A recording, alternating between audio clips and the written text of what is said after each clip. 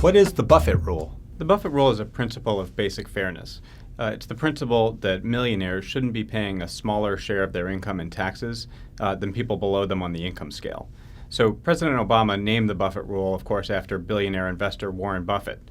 That's because Buffett in 2010 paid only 11% of his income in taxes, and that's less than millions of middle-class Americans, including his secretary. Why do we need a Buffett Rule? The Buffett Rule is needed for at least three reasons. The first reason is our long-term budget challenges are going to pose some difficult questions.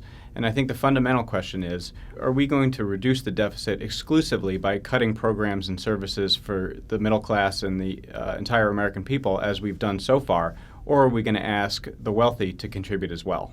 Second, millionaires can certainly afford it.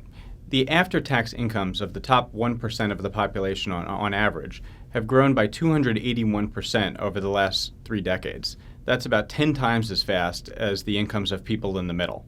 And millionaires were paying, on average, about 30% as recently as the 1990s during a sustained economic boom.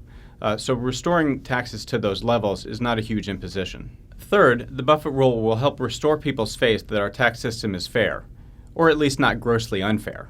What are the prospects for implementing the Buffett Rule?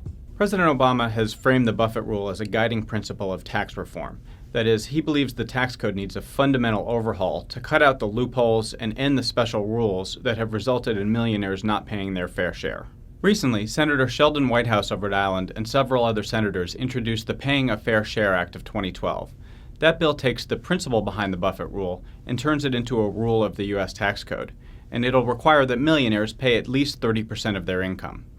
The Buffett Rule will go a long way to restoring the sense of basic fairness in the tax code and in addressing the United States' long-term fiscal challenges.